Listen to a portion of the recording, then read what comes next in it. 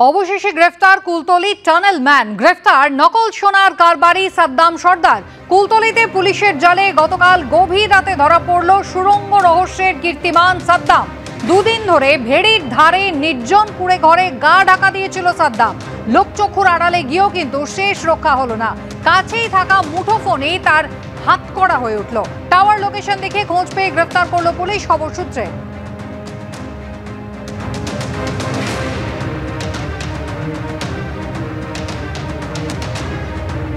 দীর্ঘ 15 বছর ধরে নিজের এই নকল সোনার প্রতারণা কারবার সে চালিয়ে যেত, কিন্তু কিভাবে এত নিশ্চিদ্র উপায় সে তৈরি করেছিল, মোডাস অপারেন্ডি কি ছিল, ছবি দেখতে পাচ্ছেন। আপনারা জানেন কুলতলিতে যে গ্রামে সে থাকতো সেখানে একটা মাটির বাড়ি ছিল। মাটির বাড়ির পিছনের দিকে বন্ধ ঘর এবং মেন বেডরুমে খাটের নিচে ছিল এই টানেল। সুড়ঙ্গ তৈরি করেছিল টানেল ম্যান সাদ্দাম সর্দার। দীর্ঘ 15 বছর ধরে নিজের এই নকল বেআইনি কারবার সে চালিয়ে যেত। সুড়ঙ্গের মাধ্যমে নৌকো দিয়ে সে বেরিয়ে যেত পার্শ্ববর্তী খালে। অ্যানিমেশনের মাধ্যমে দেখতে পাচ্ছেন সেই ছবি। একেবারে সুপরিকল্পিতভাবে দীর্ঘদিন ধরে একেবারে নিখুঁত ছক কষে এইভাবেই নিজের কাজ সে চালিয়ে যাচ্ছিল সেই সাদ্দাম সর্দার। তাকে যখন সোমবার দিন পুলিশ ধরতে যায় সেই সময় পুলিশের হাত থেকে একেবারে আগ্নেয়াস্ত্র দেখিয়ে তাকে ছিনিয়ে নিয়ে যায় তার ভাই সাইরুল সহ আরো কয়েকজন। সাইরুলকে পুলিশ এখনো গ্রেফতার করতে পারেনি, কিন্তু যার বাড়িতে সে আশ্রয় নিয়েছিল সেই মান্নান খান সহ সাদ্দাম সর্দারকে কাল গভীর রাতে গ্রেফতার করলো পুলিশ এবং একেবারে মোবাইল ফোনের টাওয়ারের সূত্র ধরে গ্রেফতার। গতকাল গভীর রাতে মোবাইল ফোনের টাওয়ার লোকেশন থেকে গ্রেফতার করা হয় এই টানেল ম্যান সাদ্দাম সর্দারকে এবং যার বাড়িতে সে আশ্রয় নিয়েছিল সেই মান্নান খানকে।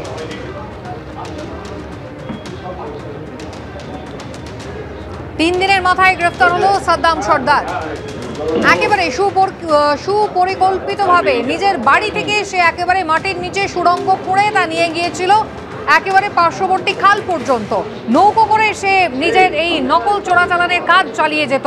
নকল সোনার প্রতারণার কারবার যেমন তার ছিল, জাল নোটের কারবার ছিল, এমনকি বেআইনি অস্ত্রের কারবারও সে করতো, এমনটাই পুলিশ সূত্রে খবর। আচ্ছা, আমরা এই মাসের 1 তারিখে জয়নগর থানায় একটা কেস রেজিস্টার হয়। অভিযোগ ছিল, ওই অভিযোগকারী উনি নদিয়া জেলার বাসিন্দা। উনি এসে বলে কি এখানে উনি চুল কিনতে এসেছিলেন, মানে ওটা ওনাদের যে একটা ট্রানজ্যাকশন ছিল ওটা পরে আমরা ইনভেস্টিগেশনে দেখলাম। চুল কেনার অভিযোগে উনি কিছু দুষ্কৃতীদেরকে এনারা 12 লাখ টাকার মতো টাকা দেয়, কিন্তু ওরা চুলও পায় না। এটা হচ্ছিল আমাদের অভিযোগ। তখন আমরা ইমিডিয়েটলি কেস রেজিস্টার করি। আর কারা কারা ছিল এর সঙ্গে এরা যেটা করেছে আমরা ওটা ইনভেস্টিগেশন করে আমরা কিছু নাম পাই। বেসড অন দ্যাট আমরা বিভিন্ন জায়গায় গত 15 দিন ধরে আমরা রেড করি।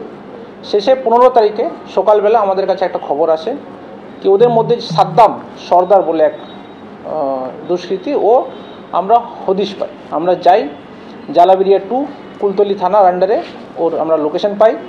আমরা গিয়ে ওখানে রেড করি। রেড করার পর ওকে আমরা আটক করি। যখনই আমরা ওখানে আটক করি তখন ওখানকার কিছু লোক, ওরই ভাই সাইরুল বলে একজন, ও ওখানে বেরিয়ে আসে। ওখানকার কিছু মহিলারা বেরিয়ে আসে, না ওয়াইফ বেরিয়ে আসে। আর আমাদের পুলিশের অ্যাকশনে ওনারা বাধা দেয়। পরবর্তীকালে সাইরুল নিজের বাড়ির থেকে একটা আর্মস বের করে পুলিশে ডাইরেক্টলি দেখিয়ে চমকায় আর একটা ফায়ারও করে। আর ফায়ার করার পরে ওখানকার সব লোকজন মিলে এই সাদ্দাম হোসেন যাদেরকে আমরা আটক করেছিলাম ওদেরকে ওখান থেকে আমাদের কাস্টাডি থেকে তুলে নিয়ে চলে যায়। পরবর্তীকালে আমরা ওখান থেকে অন দ্য স্পট 2 জন মহিলাকে অ্যারেস্ট করি। আর এটার জন্য আরেকটা কেস রেজিস্টার করা হয়। আর আমরা আবারও তদন্ত করি, আবার এদের ওয়্যারঅ্যাবাউটস খোঁজা শুরু করি। ইনভেস্টিগেশনে যাওয়া পাওয়া যাচ্ছিল কি এদের একটা বড় গ্যাং আছে, যেটা শুধুমাত্র চুল না, বিভিন্ন আলাদা আলাদা মোডাস অপারেন্ডি আছে। এক হচ্ছে পুরনো নকল সোনা বিক্রি করার একটা এদের চক্রান্ত আছে। আর্টিফ্যাক্টস, পুরনো আর্টিফ্যাক্টস, বলবো এটা মুঘল জমানার আর্টিফ্যাক্টস, কিছু কয়েন্স, এইসব বিক্রি করে বিভিন্ন লোককে প্রলোভন দেখিয়ে এরা আসতো, ওখানে ডাকতো, ডেকে ওদের কাছ থেকে কিছু কিছু ক্ষেত্রে হয়তো এই মাল দিত, কিন্তু বেশিরভাগ যেটা দেখা যাচ্ছে এরা কিন্তু টাকা নিয়ে কিছু এদেরকে দিত না। আমরা ফাইনালি কালকে একটা খবর পেয়ে পরশুদিন 16 তারিখে আফতাদুল সর্দার বলে একজন আছে, ওকে আমরা অ্যারেস্ট করি। আর গতকাল গভীর রাত 1টার সময় আমরা রেড আমরা করি চুপড়িঝাড়াতে। ওখানে একটা আলাঘর পাওয়া যায়। ওখানে যে আমাদের ঠাকুর রানী নদী আছে ওর পাশে যে আলাঘর ফিশারি, ওই ফিশারির মালিক হচ্ছে মান্নান খান। মান্নান খানের 3-4টে আলাঘর ছিল। ওর একটা আলাঘরে এ শেল্টার নিয়ে বসেছিল, এ আর মান্নান মানে সাদ্দাম সর্দার আর মান্নান দুজনে শেল্টার নিয়ে বসেছিল। আমরা খবর পাই, খবর পেয়ে ওখানে আমরা গিয়ে রেড করে আমরা দুজনকেই অ্যারেস্ট করি। এই দুজনেরই ক্রিমিনাল অ্যান্টিসিডেন্টস আছে। আর ফাইনালি আমরা যেটা করেছি, এদিকে এখন টোটাল এই কেসে 5 জন আমরা অ্যারেস্ট করেছি, আজকে ফরওয়ার্ড করব, করে আলটিমেটলি আমরা এই মেইন যে মাথা সাদ্দাম সর্দার একে আমরা এখনও অ্যারেস্ট করতে পারলাম। আর এখন যেটা শৈরুল যে আছে এখনও পলাতক আছে, আমরা চেষ্টা করছি যত শীঘ্রই হোক আমরা একে অ্যারেস্ট করব। দুটোই জয়নগর কেসে সাদ্দাম সর্দার একজন আসামি ছিল, ওকে আমরা জয়নগর কেসে অ্যারেস্ট করেছিলাম, কিন্তু ওদিনকে যে পুলিশের উপর আক্রমণ করলো, পুলিশের উপর ফায়ারিং করলো, ওটার জন্য ও আসামি ছিল, ওটার জন্য অ্যারেস্ট হবে। দুটো কেসেই ফরওয়ার্ড হবে। গত 1 বছর ধরে চিনতো, তাই বললো। এখন আমরা পিসিতে নিয়ে আসবো, পিসিতে আনার পর আরও ইন্টিগ্রেশন করব, কিভাবে কি করেছে পুরো এটা সব ইনভেস্টিগেশন করে দেখব। এও চক্রের সঙ্গে যুক্ত, এর এগেনস্টও কেস আছে বিভিন্ন। নিজেকে তো সিপিএম মেম্বার বলছে। একদম একদম একদম এদের একটা গ্রুপ আছে, অ্যারাউন্ড 12 থেকে 14 লোকের একটা টিম আছে, এই টিমরাই এটা করে।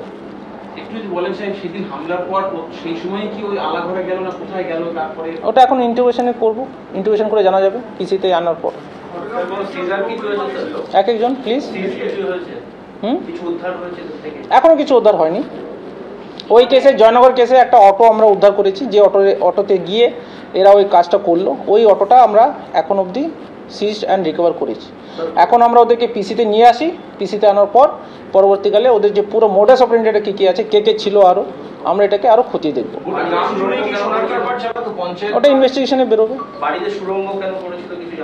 সুরঙ্গের ব্যাপার ওটা এখন ওকে নিয়ে আসি পিসিতে, তারপরে ইন্টিগ্রেশন করব, তারপরে জানা যাবে। Both technical and human intelligence আমরা ইউজ করে আমরা এটাকে করলাম। এটা এখনো কিছু পাওয়া যায়নি, কিন্তু ইনভেস্টিগেশনে বেরোবে। সাদ্দামের বিভিন্ন অভিযোগ আছে। ওর টোটাল 7টা কেস আছে গত 10 বছরে। আমরা সবাইকেই সব ক্ষেত্রেই আমরা চার্জশিট করেছি। একদম হয়েছে। কিছু কিছু আছে প্রতারণার কেস, কিছু আর্মস কেস আছে, কিছু অ্যাটেম্প টু ডাকাতি কেস আছে। জয়নগর, কুলতলি ওই সংলগ্নে।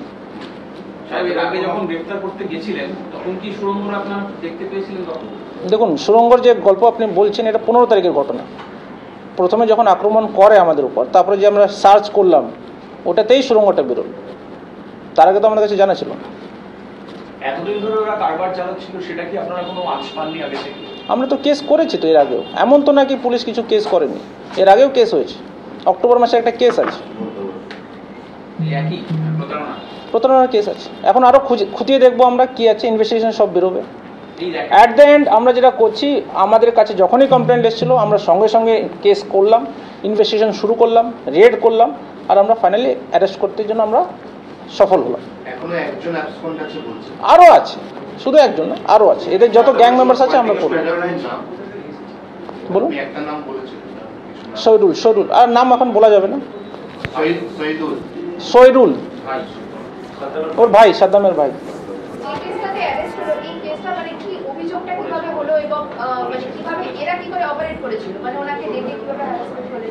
ওটা আমি আপনাকে প্রথমে বললাম কি ওনারা প্রলোভন দেখিয়েছিল। এই কেস যেটা হয়েছে স্পেসিফিক জয়নগরের যে কেসটা, ওটাতে বলেছিল আমরা চুল বিক্রি করব। এবার কিভাবে চুল বিক্রি করবে, কিভাবে টাকা দেবে, এটা তো ওখানে ডিল হয়েছে, যেটা আমরা অভিযোগ পেয়েছি। ওটা আমরা আরও তদন্ত করে দেখবো আসলে টাকা কত ছিল, কী ছিল।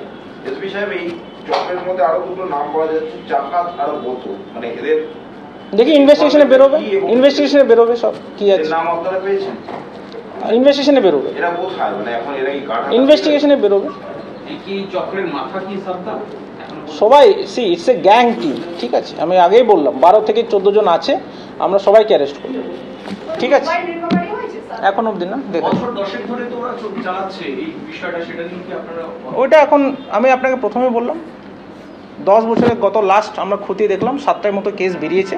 Not only related to this, there are different issues, different cases. আমরা সব খতিয়ে দেব।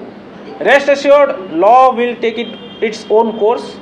আমাদের কাছে যখনই যে কোনো লোক এসে যদি অভিযোগ করে, আমরা ইমিডিয়েটলি কেস করি, রেজিস্টার করি, ইনভেস্টিগেশন করি, আর আমরা এনশিওর করি within a very short time of period আমরা যেন অ্যারেস্ট করতে পারি। আর আজকের ক্ষেত্রে এটা আমরা সফল হলাম, এটা আমরা বিশ্বাস করি। আর বাদ বাকি যা আছে ইনভেস্টিগেশনে জানা যায়।